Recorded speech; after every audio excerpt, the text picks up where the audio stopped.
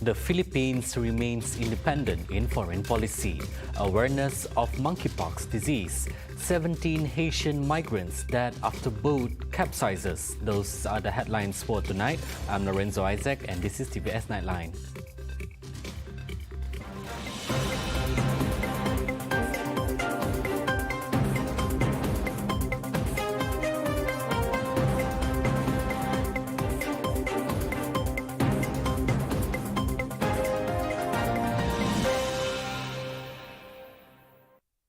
Ferdinand Marcos Jr., the newly elected president of the Philippines, has made a clear stance that the country will remain independent with its foreign policy. His maiden speech ranked well amongst Filipinos, reflecting a new era for the Marcos family. The Philippines shall continue to be a friend to all, an enemy to none. The Philippines has always been open and welcoming to all our foreign friends and visitors. That is our worldview. That is our culture. But let me be clear. We are very jealous of all that is Filipino. I will not preside over any process that will abandon even 1 square inch of territory of the Republic of the Philippines to any foreign power.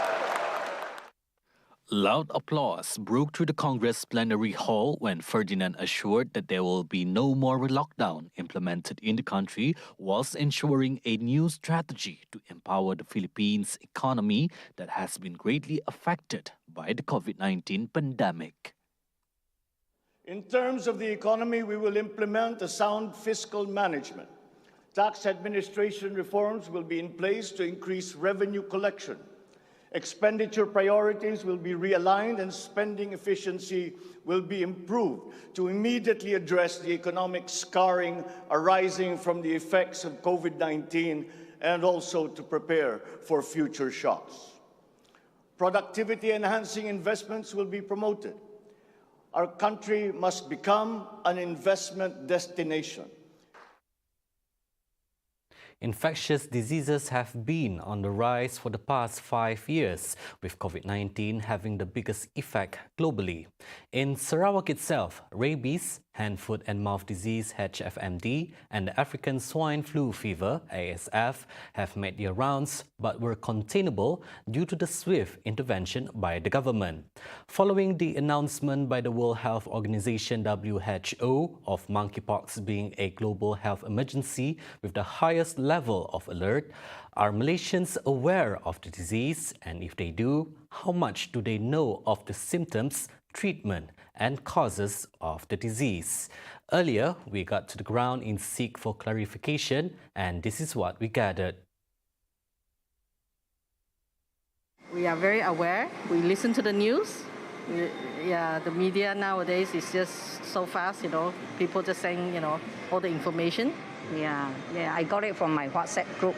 Yeah, then it seems that WHO has declared emergency on this monkeypox thing. I know that it exists and everyone is afraid of it, and before you know it, it will definitely reach our shores. If I'm not mistaken, I read the news that they found someone either in Singapore or in West Malaysia who has already had it. So apparently they've quarantined for 21 days or something like that. It's much more longer than COVID. And if I'm not mistaken, I think they're trying to come up with a vaccine also, if I'm not mistaken. So to be honest, I don't know much about it myself. I think as the public, we only read up more about it when we know someone who already has it. Then only we start reading more about it and getting more education about it lah. Monkeypox itu adalah sejenis penyakit cacah monyet nya dari Afrika. Jadi nya boleh berjangkit melalui cecair lah, seperti air liur dan sebagainya. On monkeypox symptoms, respondents have shown an understanding of the onset of headaches, fever, coughs and so forth, while stating the great importance on general hygiene. The cause, I guess it's a virus thing, right? Yeah, it's from South Africa. I think hygiene is very important. We should never take our health lightly. So we have to do what we have to do. I mean, it's inconvenient and it's uncomfortable, but we still have to do it. Meanwhile, Health Minister Khairi Jamaluddin stated that none of the suspected 9 cases of monkeypox in Malaysia were positive and reminded the public and all health facilities to be on alert at all times with the development of the disease. On a similar development, Deputy Premier Datuk Seri Dr. Simkui Hyun in a statement also assured that there are no monkeypox cases that has reached Malaysia's shore. Once detected, authorities will take preventive measures immediately. 17 people died after a boat carrying dozens of Haitian migrants capsized off the coast of the Bahamas, authorities said on Sunday, July 24th, as more Haitians attempt to reach the United States to flee gang violence and poverty at home. Rescue teams recovered the bodies of 17 people, including an infant, and 25 people were rescued. Bahamian Prime Minister Philip Davis told a news conference. Davis said authorities believe that they were on a speedboat heading for Miami. Authorities said on Monday up to 60 people may have been on board and more people were presumed missing. Bahamian authorities said that 2 people were taken into custody, both from the Bahamas, over the suspected human smuggling operation. All those on board recovered alive or dead or were still missing were believed to be migrants from Haiti. There was a tragedy at sea involving suspected irregular Haitian migrants. As a result, a multi-agency investigation is underway to determine the full circumstances surrounding a suspected human smuggling operation which has resulted in the deaths of these irregular Haitian migrants. The Royal Bahamas Police Force, the Royal Bahamas Defense Force, they responded to reports of a boating incident 7 miles off New Providence just after 1 a.m. on Sunday, July 24, 2022. A rescue operation ensued immediately. Rescue teams recovered 17 bodies from the water. The Bahamas police said that the boat capsized some 7 miles off the island of New Providence. The Bahamas is a frequent transit route for Haitians seeking to reach the United States. Dangerous sea voyages in rickety vessels have become increasingly common over the last years as Haitians flee poverty and rising gang violence.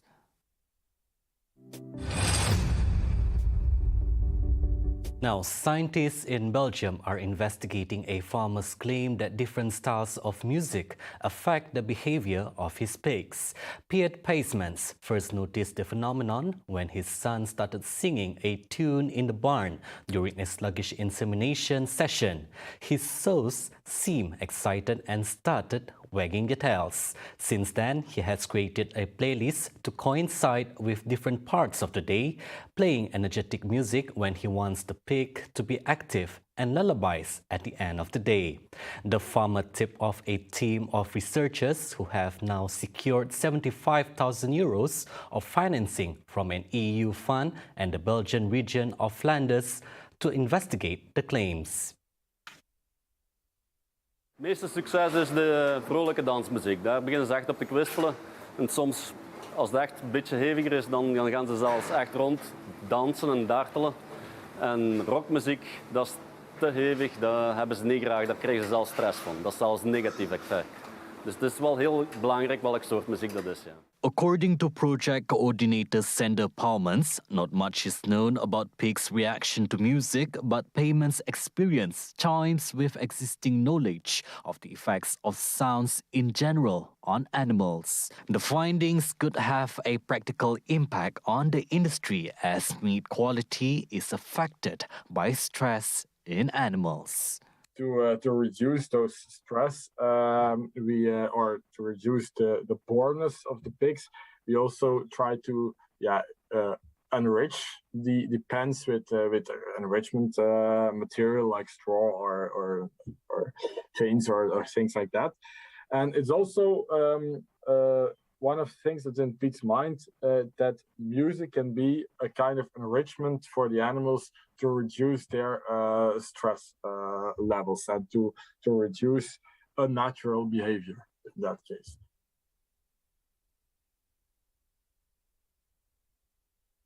A pioneering drone lifeguard service rolled out across Spanish beaches saved the life of a 14-year-old boy this month as he struggled against a powerful tide off a beach in Valencia on Monday. The drone drove a life vest into the sea that was able to keep the teenager afloat just as he started to sink below the waves until a physical lifeguard team arrived moments later. Valencia-based General Drones started supporting Spanish lifeguard staff in 2017 in the town of Sagunto, just north of Valencia. Now it has more than 30 pilots and their drones working with the lifeguards at 22 beaches across Spain, providing rapid reaction support in the critical moments of a potential drowning before lifeguards can physically reach the scene. Cuando llegamos, lo que vi fue a un chaval que ya estaba en bastantes malas condiciones, ya casi no tenía fuerza para mantenerse a flote, y le lancé el chaleco de rescate que tenemos. Por las olas nos costó un poquito llegar, pero gracias al cordón que tenemos se lo conseguimos dar en la mano y ya pudo quedarse a flote mientras llegaban los compañeros socorristas con la moto y a partir de ahí ya rescatarle. After being rescued, the 14-year-old who has not been identified was sent to a local hospital after ambulance personnel provided him with oxygen. He was sent home 24 hours later. Nosotros con el Ausdrone lo que hacemos es llegar los segundos antes que la víctima necesita para mantenerse a flote mientras llegan los socorristas. Son unos segundos vitales en ciertas ocasiones y también para los socorristas les damos un punto de poder ir con más calma, con más precaución. A total of 140 people have died from accidental drowning in Spain in the first 6 months of 2022, 55% more than in the same period of 2021, according to the Royal Spanish Life-Saving and Rescue Federation. The days of free admissions to the Borneo Cultures Museum BCM are drawing to a close. Starting August 1st, 2022, general admission will be 10 ringgit for local adults, 5 ringgit for students and senior citizens above 61-year-old. Admission will be free of charge for children under 12 and visitors with disabilities registered under the Social Welfare Department, while foreigners, admission fee of 50 ringgit for adults, 10 ringgit for children and 25 ringgit for senior citizen aged above 61-year-old. Sarawak Minister of Tourism, Creative Industry and Performing Arts, Datuk Sri Abdul Karim Rahman Hamzah said, apart from the 7 categories admission, fees will also be charged for the use of facilities such as auditoriums, multi-purpose halls, temporary exhibition rooms and other facilities. He added that the purchase of tickets can only be made in cash or via SPay Global at the BCM counter. Para pengunjung hanya perlu mengemukakan dokumen-dokumen pengenalan diri seperti kad pengenalan untuk warga Sarawak dan juga kad pengenalan ataupun pasport bagi pengunjung-pengunjung daripada Semenanjung Malaysia ataupun daripada luar negara. Cadangan untuk mengenakan bayaran tiket kemasukan dan juga penggunaan kemudahan adalah untuk menampung sebahagian daripada kos penyelenggaraan. As of July 2022, BCM has succeeded in attracting 350,000 visitors from domestic and abroad. Coming up right after the break, PM reminds employers on minimum wage. Dewan Rakyat passes 2 bills related to court. Right here on TVS Nightline. Stay tuned.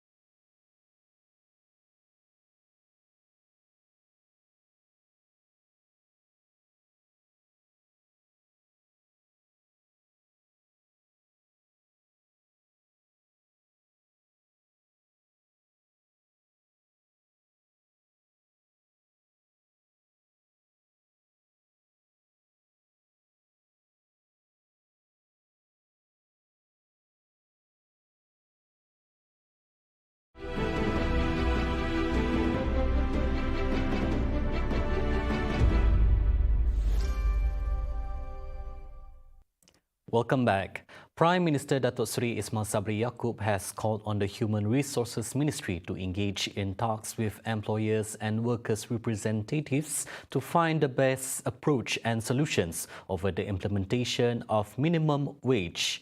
Employers have been reminded to observe the 1,500 ringgit minimum wage requirements that have been implemented since May 1st to ensure the well-being of Malaysians, as workers are the core of any organization.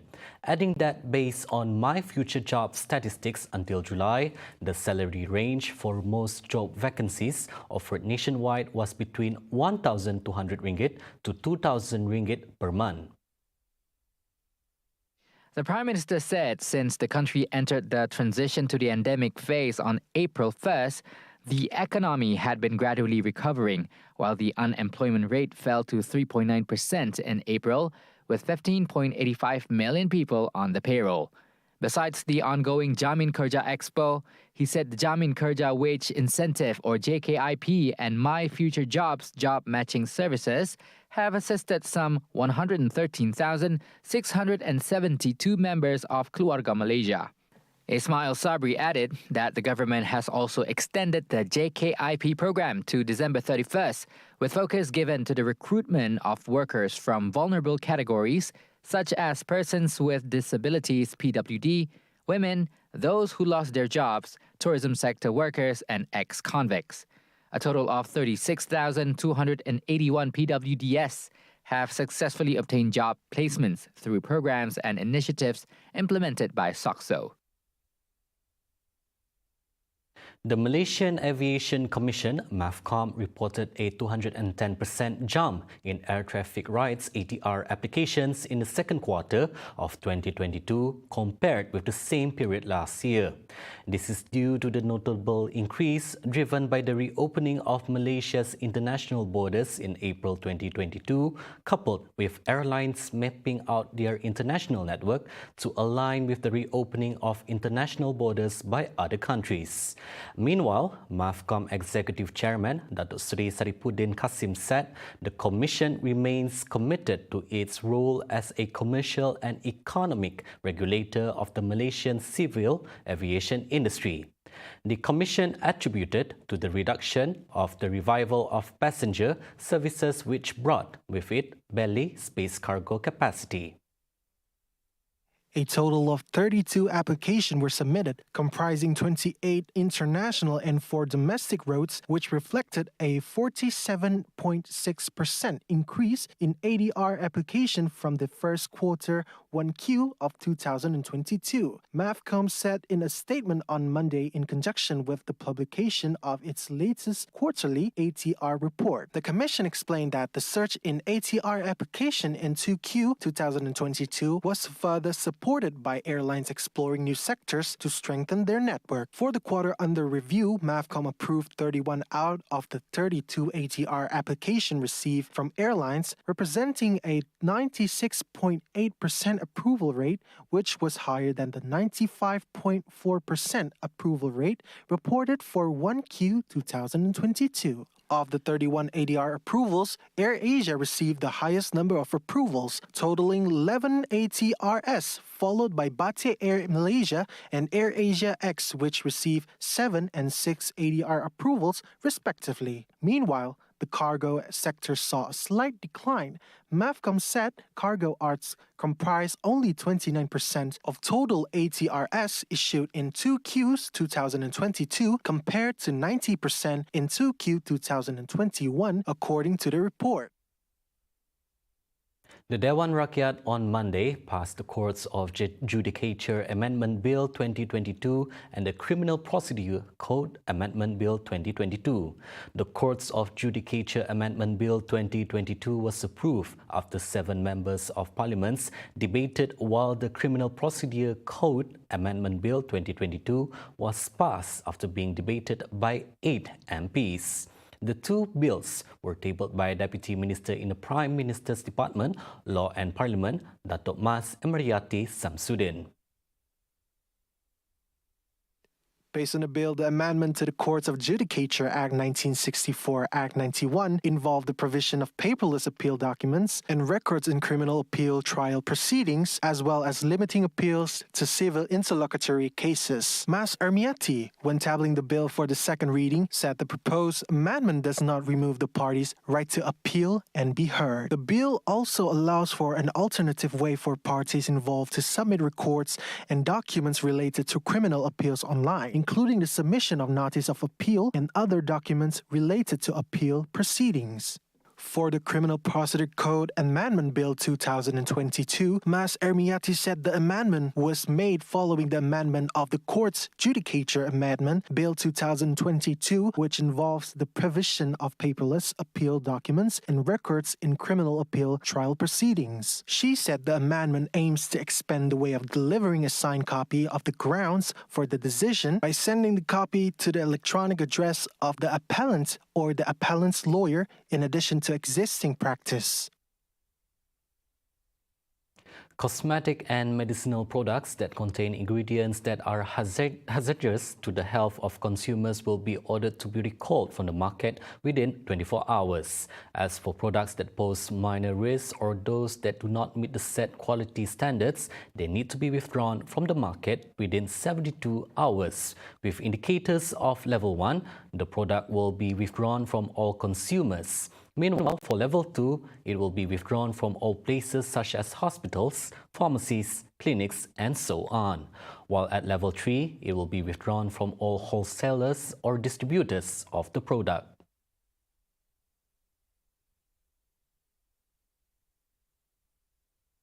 Malaysia's economy leans towards a positive outlook for the coming months. According to the Department of Statistics Malaysia (DOSM), the country's leading index LI rebounded by 2.2% on a year-on-year basis to 111.2% in May 2022. Such is a gain from last year's contraction of 0.5% in April 2022 at 110.8 points. So the leading index LI shows improvement. DOSM noted that efficient and effective inflation management by the government is crucial for a sustainable economic growth. Dr. Sri Muhammad Uzair Mahidin said the expansion of leading index is mainly due to the increase in imports of basic precious and non-ferrous metals, which drove the demand for platinum-based imports. Meanwhile, on a month-on-month basis, the leading index grew by 0.4% in May 2022 versus a contraction of 0.4% in April 2022, mainly supported by growth in the number of housing units approved, which increased by 1.2%, 0.2% increase in real imports of other basic precious and other non-ferrous metals, and 0.1% increase in the number of new companies registered. For records, the L1 is a predictive tool used to anticipate economic upturns and downturns in an average of 4 to 6 months ahead.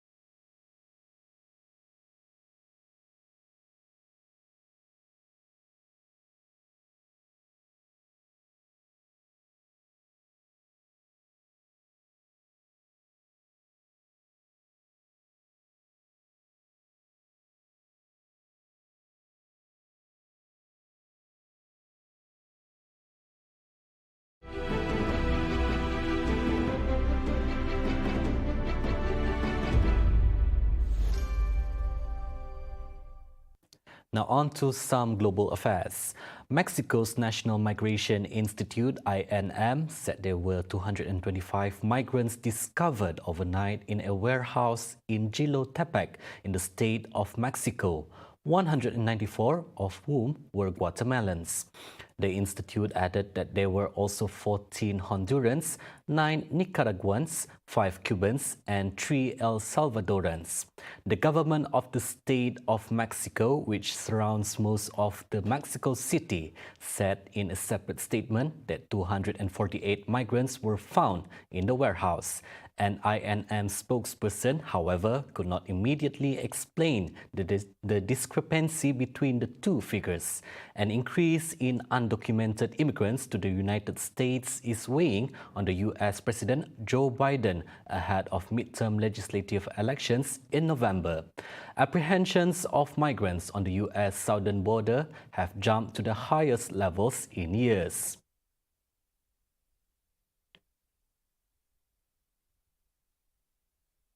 Police and emergency responders rushed to a Los Angeles park on Sunday, July 24th, after 2 people were shot dead and 5 others wounded, following a shooting at an informal car show in the community of San Pedro.